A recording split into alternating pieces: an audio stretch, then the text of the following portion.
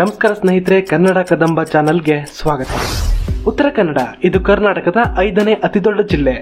10,291 ಚದರ ಕಿಲೋಮೀಟರ್ ವಿಸ್ತೀರ್ಣ ಹೊಂದಿರುವ ಈ ಜಿಲ್ಲೆ ಅತಿ ಹೆಚ್ಚು ಕಾಡುಗಳನ್ನು ಹೊಂದಿದ ಕರ್ನಾಟಕದ ಜಿಲ್ಲೆಗಳ ಪೈಕಿ ಉತ್ತರ ಕನ್ನಡ ಮೊದಲ ಸ್ಥಾನದಲ್ಲಿದೆ. ಕರ್ನಾಟಕದಲ್ಲಿ ಅತಿ ಹೆಚ್ಚು ಸಮುದ್ರ ತೀರವನ್ನು ಹೊಂದಿದ ಜಿಲ್ಲೆಗಳಲ್ಲಿ ಉತ್ತರ ಕನ್ನಡ ಮುಂದೆ ನಿಲ್ಲುತ್ತೆ. ಶರಾವತಿ, ಕಾಳಿ, ಗಂಗಾವಳಿ ಮತ್ತು ಅಘನಾಶಿನಿ ಉತ್ತರ ಕನ್ನಡ ಜಿಲ್ಲೆಯ ಪ್ರಮುಖ ನದಿಗಳು. ಇದಲ್ಲದೆ ವೆಂಕಟಾಪುರ ಮತ್ತು ವರದಾ ಉಪನದಿಗಳು ಕೂಡ ಈ ಪಟ್ಟಿಗೆ ಸೇರುತ್ತೆ. ಜಗದ್ವಿಖ್ಯಾತಿ ಪಡೆದಿರುವ ಜೋಗ ಜಲಪಾತ ಕೂಡ ಇದೇ ಶರಾವತಿ ನದಿಗೆ ಸೇರಿದ್ದು ಅನ್ನೋದನ್ನ ಮರೆಯೋ ಹಾಗಿಲ್ಲ. ಈ ಜೋಗ್ ಫಾಲ್ಸ್ನ ಜೊತೆಗೆ Unchalli falls, Magod falls, Shivaganga falls ಇಲ್ಲಿನ ಪ್ರವಾಸಿಗರ ಮೆಚ್ಚಿನ ಫಾಲ್ಸ್ಗಳಾಗಿದೆ. ಉತ್ತರ ಕನ್ನಡ ಒಂದು ವಿಭಿನ್ನ ಜಿಲ್ಲೆ. ಅತಿ ಉದ್ದದ ಸಮುದ್ರ ತೀರ, ಅತಿ ದೊಡ್ಡ ಕಾಡುಗಳು ಹಾಗೂ ಅಪಾರ ಪ್ರಮಾಣದಲ್ಲಿ ಬೆಟ್ಟ ಗುಡ್ಡಗಳನ್ನು ಹೊಂದಿದೆ. ಇಲ್ಲಿಗೆ ಬರುವ ಪ್ರವಾಸಿಗರಿಗೆ ಸಮುದ್ರದಲ್ಲಿ ಈಜುವುದರ ಜೊತೆಗೆ ಬೆಟ್ಟ ಗುಡ್ಡಗಳನ್ನು ಏರುವ ಅವಕಾಶ ಕೂಡ ಸಿಗುತ್ತೆ. ಇನ್ನು ವಿಶೇಷ ಏನಪ್ಪಾ ಅಂದ್ರೆ, ಪ್ರಪಂಚದಲ್ಲಿ ಇನ್ನೆಲ್ಲಿಯೂ ಇರದ ಕಾನುಗೇರು ಎನ್ನುವ ವಿಶಿಷ್ಟ ತಳಿಯ ಮರ ಕೇವಲ ಇಲ್ಲಿನ ಕತ್ತಲೆಕಾನ್ ಎನ್ನುವ ಕಾಡಿನಲ್ಲಿದೆ. ಭಾರತದಾದ್ಯಂತ ಹೆಸರು ಮಾಡಿದ್ದ ಕದಂಬ ಸಾಮ್ರಾಜ್ಯದ ತವರು ಇದೇ ಉತ್ತರ ಕನ್ನಡ ಜಿಲ್ಲೆ. ಇಲ್ಲಿನ ಸಿರಸಿ ತಾಲೂಕಿನಲ್ಲಿರುವ ಬನವಾಸಿ ಅವರ ರಾಜಧಾನಿಯಾಗಿತ್ತು. ಈ ಕದಂಬ ಸಾಮ್ರಾಜ್ಯದ ಬಗೆಗಿನ ಸಂಪೂರ್ಣ ಮಾಹಿತಿ ಇರೋ ವಿಡಿಯೋವನ್ನ ಡಿಸ್ಕ್ರಿಪ್ಷನ್ ನಲ್ಲಿ ನೀಡಿರ್ತೇವೆ, ಹಾಗೂ ವಿಡಿಯೋ ಕೊನೆಯಲ್ಲಿ ಕೂಡ ಹಾಕಿರ್ತೇವೆ, ನೀವು ಆಮೇಲೆ ನೋಡಬಹುದು.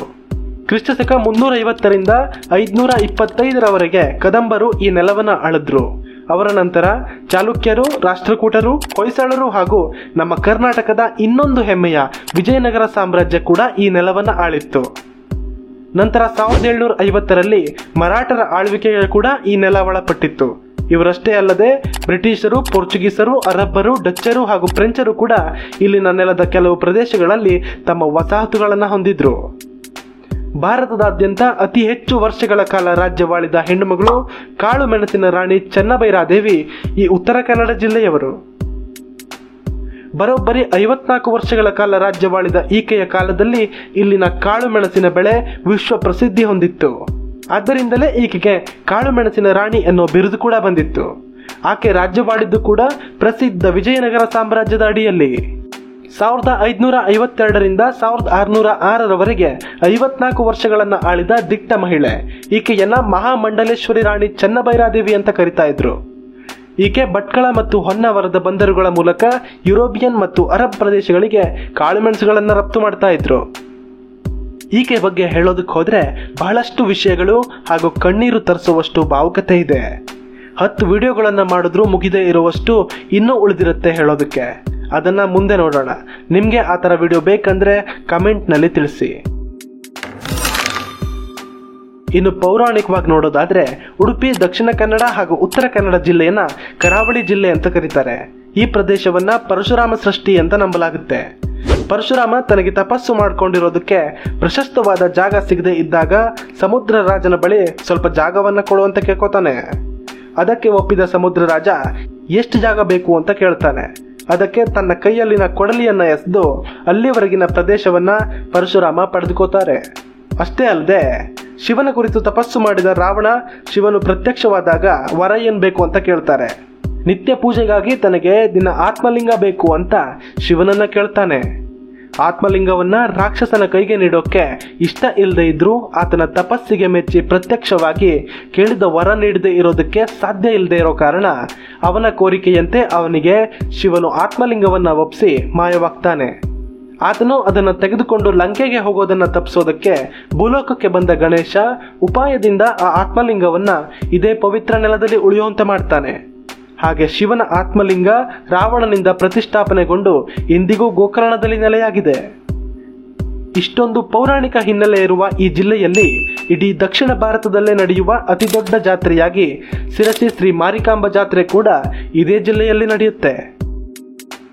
ಇನ್ನು ಇಲ್ಲಿನ ಪ್ರವಾಸಿ ತಾಣಗಳ ಬಗ್ಗೆ ನೋಡೋದಾದ್ರೆ, ಮಾಗೋಡು ಜಲಪಾತ Yellapur, Nadibag beach Ankola, eco beach ಹಾಗೂ ಕಾಂಡ್ಲಾ ನಡಿಗೆ ಹೊನ್ನಾವರ, ಜೈನ ಬಸಿದಿ ಗೇರುಸೊಪ್ಪ, ವಿಭೂತಿ ಜಲಪಾತ ಅಂಕೋಲಾ, ಯಾಣಶಿಲಾ ಪರ್ವತ ಕುಮಟಾ, ಮಿರ್ಜಾನ್ ಕೋಟೆ ಕುಮಟಾ, ನಾರದ ಮುನಿಗಳಿಂದ ಪ್ರತಿಷ್ಠಾಪನೆಗೊಂಡಿದೆ ಎಂದು ನಂಬಲಾಗುವ ಪ್ರಸಿದ್ಧ ಮಹಾಗಣಪತಿ ದೇವಸ್ಥಾನ ಇಡಗುಂಜಿ, ಅತಿ ಎತ್ತರದ ಶಿವನ ವಿಗ್ರಹವಿರುವ ವಿಶ್ವ ಪ್ರಸಿದ್ಧ ದೇವಸ್ಥಾನ ಮುರುಡೇಶ್ವರ, ಶಿವನ ಆತ್ಮಲಿಂಗ ಗೋಕರ್ಣ, ಜೇನುಕಲ್ಲು ಗುಡ್ಡ ಯಲ್ಲಾಪುರ, ದಾಂಡೇಲಿಯ ಅಭಯಾರಣ್ಯ, ಓಂ ಬೀಚ್ ಗೋಕರ್ಣ, ಸಹಸ್ರಲಿಂಗ ಸಿರಸಿ, ಕದಂಬರ ರಾಜಧಾನಿ ಹಾಗೂ ಇತಿಹಾಸ ಪ್ರಸಿದ್ಧ ಮಧುಕೇಶ್ವರ ದೇವಾಲಯ ಬನವಾಸಿ, ಅಣುಶಕ್ತಿ ಉತ್ಪಾದನಾ ಕೇಂದ್ರ ಕೈಗಾ ಕಾರವಾರ, ರಾಜ್ಯದ ಏಕೈಕ ಯುದ್ಧ ನೌಕೆಗಳ ಮ್ಯೂಸಿಯಂ ಕಾರವಾರ, ಏಷ್ಯಾದಲ್ಲಿಯೇ ಅತ್ಯಂತ ದೊಡ್ಡದಾದ ನೌಕಾನೆಲೆ ಸೀಬರ್ಡ್ ಕಾರವಾರ. ಹೀಗೆ ಇನ್ನೂ ಬಹಳಷ್ಟಿದೆ. ಕರ್ನಾಟಕದಲ್ಲಿರೋರು ಅತ್ಯಂತ ಹತ್ತಿರದಲ್ಲಿ ಪ್ರವಾಸಕ್ಕಾಗಿ ಯಾವುದಾದ್ರೂ ಒಂದು ಸ್ಥಳನ ಹುಡುಕ್ತಾ ಇದ್ರೆ ಖಂಡಿತ ಉತ್ತರ ಕನ್ನಡಕ್ಕೆ ಸ್ವಾಗತ.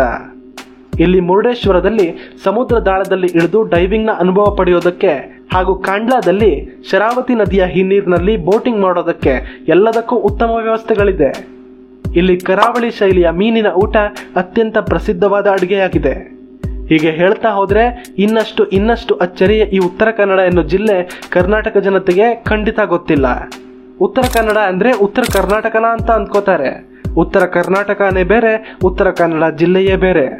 ಅಂಕೋಲಾ, ಕುಮಟಾ, ಕಾರವಾರ, ಶಿರ್ಸಿ, ಸಿದ್ದಾಪುರ, ಜೋಯಿಡಾ, ಮುಂಡಗೋಡ್, ಹಳಿಯಾಳ, ದಾಂಡೇಲಿ, ಯಲ್ಲಾಪುರ, ಭಟ್ಕಳ ಹಾಗೂ ಹೊನ್ನಾವರ ಇಲ್ಲಿನ ತಾಲೂಕುಗಳು. ಐತಿಹಾಸಿಕವಾಗಿ, ಪೌರಾಣಿಕವಾಗಿ ಹಾಗೂ ಭೌಗೋಳಿಕವಾಗಿ ಇಷ್ಟೆಲ್ಲ ಪ್ರಸಿದ್ಧಿ ಪಡೆದಿರೋ ಈ ಜಿಲ್ಲೆಯಲ್ಲಿ ಕೇವಲ ಒಂದೇ ಒಂದು ಮಲ್ಟಿ ಸ್ಪೆಷಾಲಿಟಿ ಆಸ್ಪತ್ರೆಗಳಿಲ್ಲ. ಅದರಲ್ಲೂ ಕರಾವಳಿ ಭಾಗಗಳಲ್ಲಂತೂ ಏನಾದರೂ ಅಪಘಾತ ಅಥವಾ ತೀವ್ರ ಅನಾರೋಗ್ಯ ಸಮಸ್ಯೆ ಇದ್ರೆ 150ರಿಂದ 200 ಕಿಲೋಮೀಟರ್ ದೂರದ ಮಣಿಪಾಲ್ಗೋ ಅಥವಾ ಮಂಗಳೂರಿಗೋ ಹೋಗಬೇಕಾಗುತ್ತೆ. ಕಳೆದ 15-20 ವರ್ಷಗಳಿಂದ ಒಂದು ಆಸ್ಪತ್ರೆಗಾಗಿ ಇಲ್ಲಿನ ಜನ ಎಷ್ಟೊಂದು ಮನವಿ ಮಾಡ್ತಾ ಇದ್ರು, ಇಲ್ಲಿನ ಸಂಸದರಿಗೂ ಸರ್ಕಾರಕ್ಕೂ ಜನರ ಕೂಗು ಕೇಳಿಸ್ತಾ ಇಲ್ಲ, ಜನರ ಕಣ್ಣೀರು ಕಾಣಿಸ್ತಾ ಇಲ್ಲ. ಆದಷ್ಟು ಬೇಗ ಆ ಜನರ ಕಣ್ಣೀರಿಗೆ ಪರಿಹಾರ ಸಿಕ್ಕಿ ಒಂದು ಒಳ್ಳೆಯ ಆಸ್ಪತ್ರೆ ನಿರ್ಮಾಣವಾಗಲಿ ಅಂತ ಪ್ರಾರ್ಥಿಸೋಣ. ಇದನ್ನ ಸಂಬಂಧಪಟ್ಟವರ ಗಮನಕ್ಕೆ ಮತ್ತೊಮ್ಮೆ ತರುವ ಪ್ರಯತ್ನ ಮಾಡೋಣ. ದಯವಿಟ್ಟು ನಿಮ್ಮ ಸ್ನೇಹಿತರಿಗೆ ಈ ವಿಡಿಯೋನ ಶೇರ್ ಮಾಡಿ. ನಿಮಗೆ ಈ ವಿಡಿಯೋ ಇಷ್ಟವಾಗಿದೆ ಅಂತ ಅನ್ಕೋತೀವಿ. ಇಷ್ಟ ಆಗಿದ್ರೆ ದಯವಿಟ್ಟು ಒಂದು ಲೈಕ್ ಮಾಡೋ ಮೂಲಕ ನಮ್ಮ ತಂಡಕ್ಕೆ ಪ್ರೋತ್ಸಾಹ ನೀಡಿ. ನಿಮ್ಮ ಜಿಲ್ಲೆ ಯಾವುದು ಅನ್ನೋದನ್ನ ಕಮೆಂಟ್ ಮಾಡಿ. ಯಾವ ಜಿಲ್ಲೆಯ ಹೆಸರು ಜಾಸ್ತಿ ಬರುತ್ತೋ ಆ ಜಿಲ್ಲೆಯ ಬಗ್ಗೆ ಮುಂದಿನ ವಿಡಿಯೋ ಮಾಡ್ತೀನಿ. ನಿಮ್ದು ಉತ್ತರ ಕನ್ನಡ ಜಿಲ್ಲೆ ಆಗಿದ್ರೆ ನೆಕ್ಸ್ಟ್ ಯಾವ ಪ್ರವಾಸಿ ತಾಣದ ಬಗ್ಗೆ ಸಂಪೂರ್ಣ ವಿಡಿಯೋ ಬೇಕು ಹೇಳಿ, ಅಲ್ಲಿಗೆ ಟೂರ್ ವಿಡಿಯೋ ಮಾಡೋಣ. ಸ್ನೇಹಿತರೆ, ನಾವು ಯೂಟ್ಯೂಬ್ ಪಾರ್ಟ್ನರ್ಸ್ ಮಾನಿಟೈಸೇಷನ್ಗೆ ಅತ್ಯಂತ ಸಮೀಪದಲ್ಲಿದ್ದೀವಿ. ದಯವಿಟ್ಟು ನಮ್ಮ ಇತರ ವಿಡಿಯೋಗಳನ್ನು ನೋಡುವ ಮೂಲಕ ನಮ್ಮ ತಂಡಕ್ಕೆ ಪ್ರೋತ್ಸಾಹ ನೀಡಿ ಹಾಗೂ ನೀವು ಸಬ್ಸ್ಕ್ರೈಬ್ ಮಾಡುವ ಮೂಲಕ ನಮ್ಮ ತಂಡದಲ್ಲಿ ಒಬ್ಬರಾಗಿ. ಧನ್ಯವಾದಗಳು.